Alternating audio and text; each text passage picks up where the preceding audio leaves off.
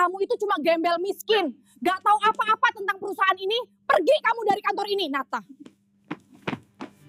Assalamualaikum warahmatullahi wabarakatuh. Bagaimana jika seseorang yang kamu hina dan remehkan, yang kamu anggap tak pantas dan tak berharga, ternyata adalah orang yang sedang memegang nasibmu di tangannya? Ternyata. Sebelum kita mulai, kami doakan yang subscribe dan like supaya dilancarkan rezekinya, dilunaskan hutangnya, dan kalian dari kota mana nih? Komen amin di bawah ya. Langit Jakarta tampak muram meski mentari baru naik separuh. Mobil-mobil mewah berjejer di halaman depan. Sopir berseragam hitam berdiri tegak di samping pintu, sementara para karyawan dengan jas mahal bergegas memasuki gedung berkaca raksasa itu. Lobi Viatech dipenuhi aroma parfum mahal.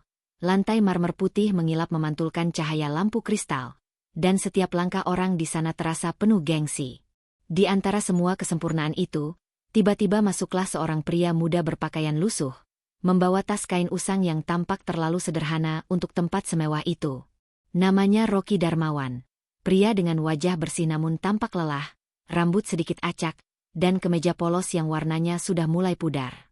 Sepatunya bukan sepatu kantor, melainkan sepatu kanvas sederhana yang sudah agak kotor di ujungnya. Ia menatap sekeliling dengan pandangan tenang, seolah tak terpengaruh oleh tatapan aneh para karyawan yang melintas. "Mas, bisa saya bantu?" Suara resepsionis wanita memecah keheningan. Suaranya terdengar sopan, tapi tatapannya tak bisa menyembunyikan rasa curiga dan jijik. Rocky tersenyum ramah. "Saya ingin bertemu dengan Bu Via Andarini," ucapnya lembut. Resepsionis itu terdiam sesaat, seolah tak percaya dengan apa yang baru saja didengarnya. Ia melirik dari ujung kepala hingga kaki Rocky, lalu tertawa kecil. "Bu Via? CEO kami?" tanyanya memastikan, dengan nada mengejek yang samar. "Benar," jawab Rocky singkat.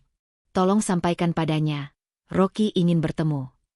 Seketika, dua satpam yang berdiri di dekat pintu menatap ke arah mereka. Salah satunya mendekat, memeriksa Rocky dari dekat. "Mas, ini gedung perkantoran elit, bukan tempat main-main. Mau ngelamar kerja? HRD di lantai 2, bukan CEO." Rocky tetap tenang. "Saya tidak datang untuk melamar pekerjaan," katanya pelan.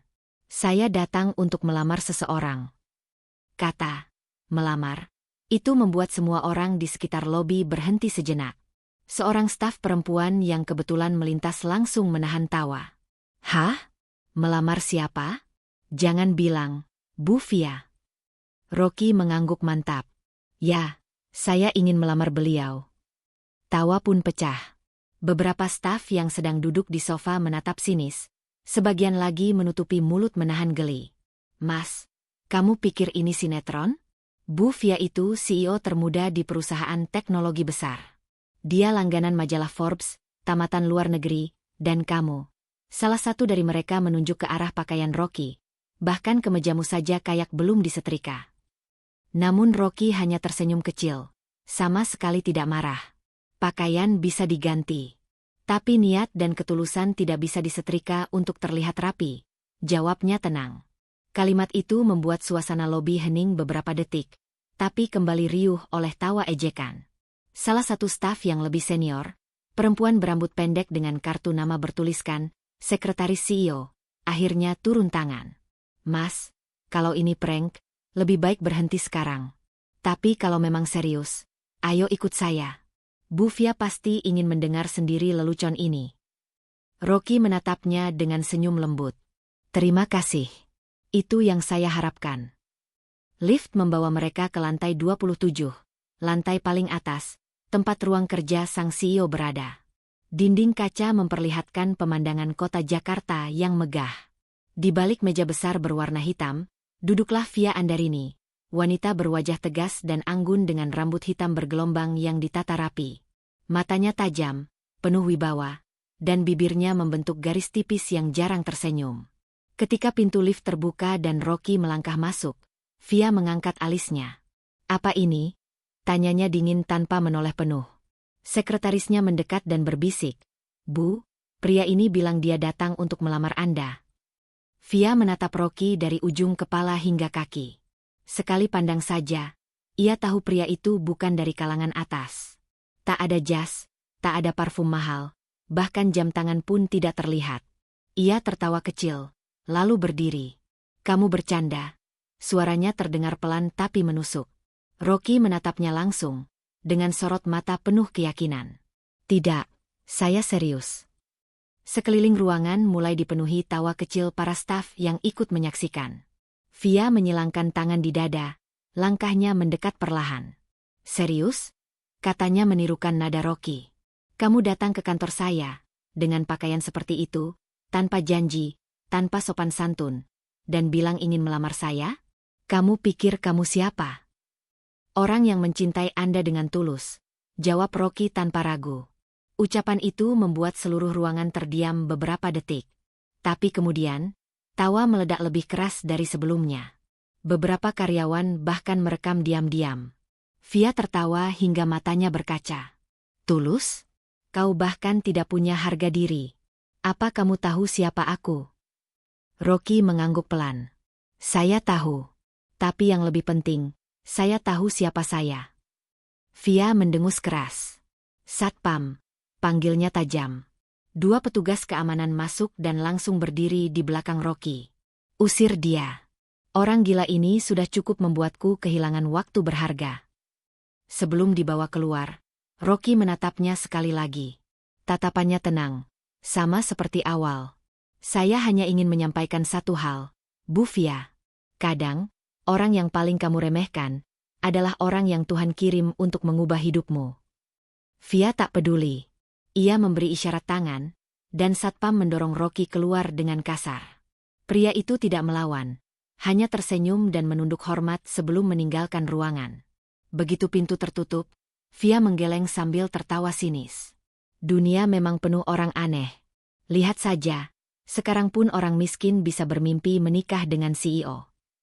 Ia melanjutkan rapat tanpa sadar. 1 jam kemudian, kata-kata Rocky itu akan kembali terngiang di kepalanya. Tepat ketika nama Rocky Global Holdings muncul di layar presentasi investor baru yang datang menyelamatkan perusahaannya dari kebangkrutan. Dan saat itulah, untuk pertama kalinya dalam hidupnya, Via Andarini akan benar-benar kehilangan kata-kata. Hidup terkadang punya cara yang aneh dalam membalas kesombongan. 1 jam bisa terasa singkat untuk sebagian orang. Tapi bagi mereka yang menunggu datangnya keajaiban, waktu itu bisa menjadi titik balik seluruh hidup.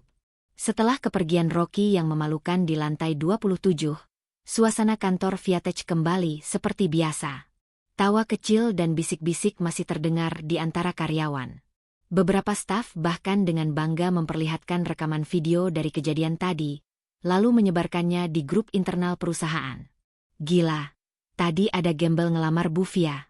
Serius, itu kocak banget, kata salah satu staf pria di pantry sambil tertawa. Via sendiri sedang duduk di ruang rapat besar, bersama jajaran direksi dan Dewan Keuangan. Wajahnya tegas, tapi di balik ketenangan itu, ada beban besar yang sedang ia sembunyikan. Layar proyektor menampilkan grafik menurun tajam. Saham Viatech jatuh 43% dalam 3 bulan terakhir. Investor utama mereka baru saja menarik dana besar. Dan satu lagi berencana memutus kerjasama. Bu Via, ujar Direktur Keuangan dengan suara hati-hati. Jika kita tidak menemukan investor baru dalam minggu ini, kita terancam tutup cabang di 3 kota besar. Via menggenggam pena dengan kuat. Saya tahu. Tapi saya tidak akan biarkan perusahaan ini jatuh. Ada satu peluang terakhir. Kabarnya ada investor besar dari luar negeri yang akan mengakuisisi startup transportasi lokal minggu ini. Jika kita bisa bekerja sama dengan mereka, Viatech akan aman. Belum sempat rapat dilanjutkan, sekretaris pribadinya masuk tergesa-gesa. Bu, kabar penting. Investor yang ibu maksud, sudah di lobi. Mereka ingin bertemu sekarang. Semua kepala menoleh. Via berdiri cepat, menegakkan tubuhnya. Baik, persiapkan ruang rapat VIP. Saya akan turun. 15 menit kemudian, seluruh jajaran direksi sudah duduk rapi di ruang rapat besar di lantai bawah. Di depan mereka, pintu terbuka perlahan. Masuklah beberapa orang pria berpakaian jas hitam elegan, diikuti seorang sekretaris asing yang membawa berkas tebal.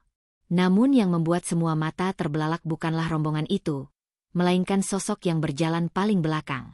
Pria dengan setelan jas abu-abu rapi, rambut tersisir licin, dan jam tangan mahal di pergelangan tangannya. Senyum tipisnya familiar, senyum yang 1 jam lalu mereka semua tertawakan. "Selamat siang," ucapnya tenang, suaranya kini berwibawa. "Saya Rocky Darmawan, CEO dan pendiri Rocky Global Holdings." Ruangan mendadak hening seperti kuburan. Via menatap pria itu dengan mulut sedikit terbuka, tak percaya dengan apa yang dilihatnya. Rocky menatap sekeliling, pandangannya hangat tapi tegas. Ia berjalan ke depan meja, lalu menyalami satu persatu direksi, termasuk Via. "Kita akhirnya bertemu lagi, Bu Via." Tubuh Via menegang. Suaranya nyaris tak keluar. "Rocky, kamu bukan tukang ojek miskin, seperti yang Anda katakan," potong Rocky lembut, tapi tegas. "Saya pemilik jaringan transportasi Gouride International, yang baru saja mengakuisisi platform ojek lokal yang sedang naik daun, termasuk kontrak kemitraan teknologi dengan Viatech." Semua mata kini tertuju pada Via. Tak seorang pun berani bersuara. Direktur keuangan bahkan tampak menunduk malu. Sementara itu, Rocky membuka map hitam di tangannya dan meletakkannya di meja rapat. Di dalamnya ada dokumen-dokumen resmi, laporan keuangan, dan surat perjanjian investasi. "Sebelumnya," lanjut Rocky, "saya sudah meninjau kondisi perusahaan ini secara diam-diam selama beberapa bulan. Saya ingin tahu, bukan hanya bagaimana sistemnya bekerja, tapi juga seperti apa orang-orang di dalamnya memperlakukan sesamanya." Ia menatap langsung ke arah Via. Ternyata, banyak hal yang lebih miskin dari sekadar uang. Kalimat itu membuat Via menunduk. Tangannya gemetar di pangkuan. Ia mencoba bicara, tapi suaranya serak. "Kenapa? Kenapa kamu datang dengan pakaian seperti tadi?" Rocky tersenyum kecil. "Karena saya ingin tahu, apakah seseorang yang katanya sukses dan berpendidikan bisa melihat hati manusia, bukan sepatunya, bukan bajunya." Ternyata saya salah. Ia menatap Via dalam-dalam, tapi tanpa amarah. Justru ada ketenangan luar biasa di matanya. "Saya dulu berasal dari keluarga miskin, Bu Via. Ibu saya dulu jualan sayur di pinggir jalan. Saya membangun perusahaan ini dari nol, berpeluh di jalanan, menabung dari hasil menarik ojek sendiri. Jadi jangan salah, saya pernah seperti orang yang Anda hina tadi pagi. Dan saya tidak malu karenanya." Kata-katanya menembus ruang rapat seperti pisau tajam. Beberapa direksi menatapnya dengan rasa kagum yang sulit disembunyikan. Rocky lalu melanjutkan, "Sekarang saya datang bukan untuk balas dendam. Saya datang untuk bekerja sama. Tapi saya juga datang membawa pelajaran. Jangan pernah menilai seseorang dari tampilan luarnya." Ia berdiri, mengakhiri pembicaraan dengan menutup mapnya perlahan. "Dan untuk yang tadi menertawakan saya di lobi, saya tidak marah. Karena hari ini, justru saya berterima kasih. Karena kalian semua telah menunjukkan wajah asli dunia bisnis ini." Seketika, semua orang berdiri, bukan karena diminta, tapi karena rasa hormat yang muncul tanpa sadar. Via hanya bisa menatap kosong ke arah Rocky yang kini sedang menyalami para direktur. Dalam dadanya, ada campuran malu, kagum, dan sesal yang sulit dijelaskan. Ia ingin bicara, meminta maaf, tapi setiap kata tertahan di tenggorokan. Dan ketika Rocky melangkah keluar dari ruang rapat, tatapannya sempat berpapasan sebentar dengan Via. Ia tersenyum tipis. "Saya dulu datang untuk melamar seseorang. Tapi mungkin Tuhan mengatur agar saya justru melamar kesempatan kedua, untuk mengubah cara pandang kita." Pintu tertutup. Suara langkahnya menghilang di balik koridor marmer. Dan di ruangan itu, Via Andarini, wanita yang selalu percaya bahwa dunia tunduk pada kekuasaan dan harta, akhirnya merasakan untuk pertama kalinya apa arti kehilangan yang sesungguhnya. Kehilangan rasa bangga yang pernah ia tinggikan terlalu tinggi. Kadang penyesalan datang bukan dalam bentuk air mata, tapi dalam keheningan yang terus menghantui setiap malam. Bagi Via Andarini, malam-malamnya kini tak lagi tenang sejak hari itu. Hari ketika pria yang ia hina di depan semua orang ternyata berdiri gagah sebagai pemilik perusahaan raksasa yang menolong bisnisnya dari kehancuran. Sudah 3 hari berlalu sejak pertemuan itu, namun bayangan wajah Rocky tak pernah hilang dari pikirannya. Setiap kali menatap cermin di ruang pribadinya, Yang ia lihat bukan dirinya sendiri, melainkan pantulan tatapan tenang Rocky yang syarat makna. Bukan dendam, bukan amarah, tapi sesuatu yang lebih dalam, seperti kekecewaan yang lembut. Di ruang kerjanya yang luas, Via duduk termenung. Di hadapannya berbaris laporan-laporan keuangan baru, semuanya menunjukkan peningkatan drastis. Setelah akuisisi oleh Rocky Global Holdings, perusahaan kini kembali stabil, bahkan mulai mendapat perhatian media sebagai perusahaan yang diselamatkan investor misterius. Namun bagi Via, angka-angka itu tidak berarti apa-apa. Ia justru merasa hampa. Ia ingat jelas bagaimana dirinya menertawakan Rocky, bagaimana para staf ikut bersorak dan mencemooh. Semua itu kini terdengar seperti gema dosa yang tak bisa diredam waktu. Bu Via, ini berkas kontrak lanjutan dengan pihak Rocky Global. Suara sekretarisnya terdengar pelan di ambang pintu. Letakkan di meja, jawab Via tanpa menoleh.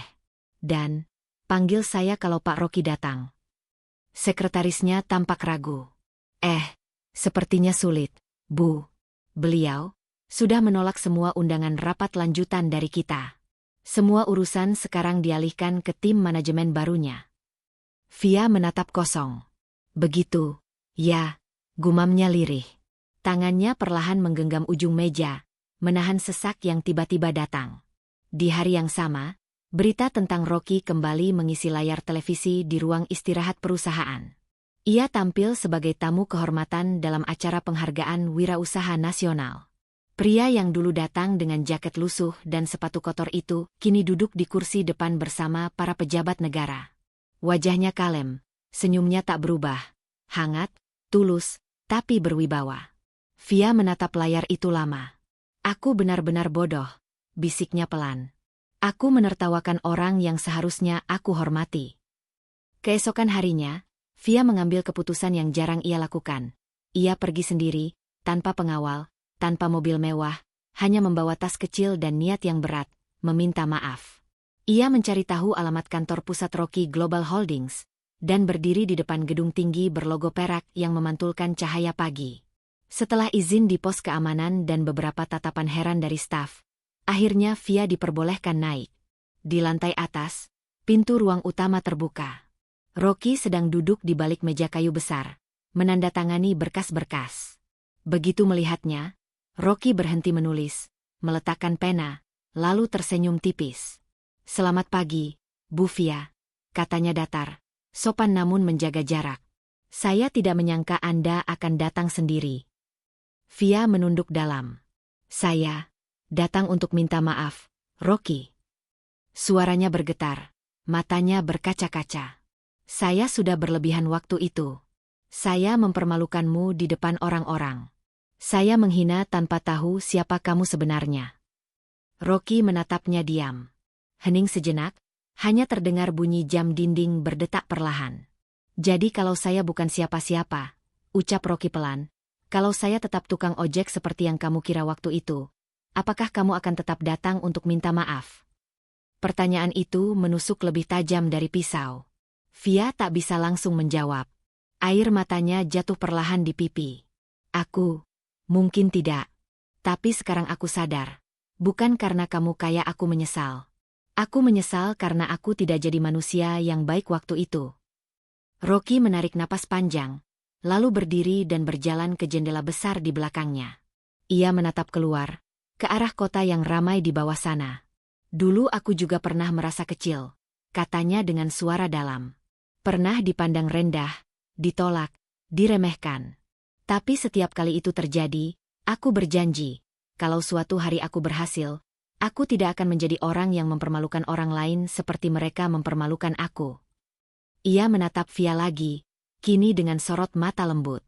"Dan hari itu datang, ketika kamu melakukan hal yang sama padaku." Via terisak. "Aku benar-benar menyesal, Rocky." Rocky menunduk sedikit, lalu tersenyum tenang. "Aku tahu. Dan aku sudah memaafkan kamu, bahkan sebelum kamu datang ke sini. Aku tidak datang ke kantormu waktu itu untuk balas dendam. Aku datang untuk menunjukkan bahwa nilai manusia tidak ditentukan oleh pakaian atau jabatan." Keheningan kembali menyelimuti ruangan. Namun kali ini, bukan keheningan canggung, melainkan keheningan yang membawa rasa lega. Rocky melangkah ke arah meja, mengambil map hitam, dan menyerahkannya pada Via. Ini kontrak baru untuk proyek sosial di bawah Viatech. Aku ingin kita bekerja sama membangun layanan kesehatan gratis bagi pengemudi ojek di seluruh kota. Mungkin, dengan cara itu, kita bisa sama-sama menebus sesuatu. Via memegang map itu dengan tangan gemetar. Rocky, kamu benar-benar orang luar biasa. Tidak, jawab Rocky pelan. Aku hanya orang yang pernah merasakan jadi, tidak berharga, di mata orang lain. Sebelum pergi, Via menatapnya untuk terakhir kali hari itu. Aku janji, aku akan berubah. Rocky mengangguk. Aku percaya. Dan saat Via melangkah keluar dari ruangan itu, matanya basah, tapi langkahnya terasa ringan. Untuk pertama kalinya dalam hidup, ia belajar sesuatu yang tak bisa diajarkan oleh universitas manapun, bahwa harga diri bukan diukur dari tinggi posisi, tapi dari dalamnya hati yang tahu cara menghargai orang lain.